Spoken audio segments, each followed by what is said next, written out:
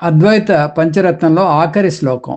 నాహం జాతో న ప్రవృద్ధో న నష్టో దేహస్యైతే ప్రాకృతాః సర్వధర్మాః కర్తృత్వాదిశ్చిన్మయస్యాస్తి నైవ జ్ఞానస్వరూపః సర్వగోహం శివోహం శివోహం శివోహం. నా అహం జాతః నేను పుట్టలేదు, నా ప్రవృద్ధః నేను పెరగడం లేదు, నా నష్టః నేను నశించిపోను, మరణించను.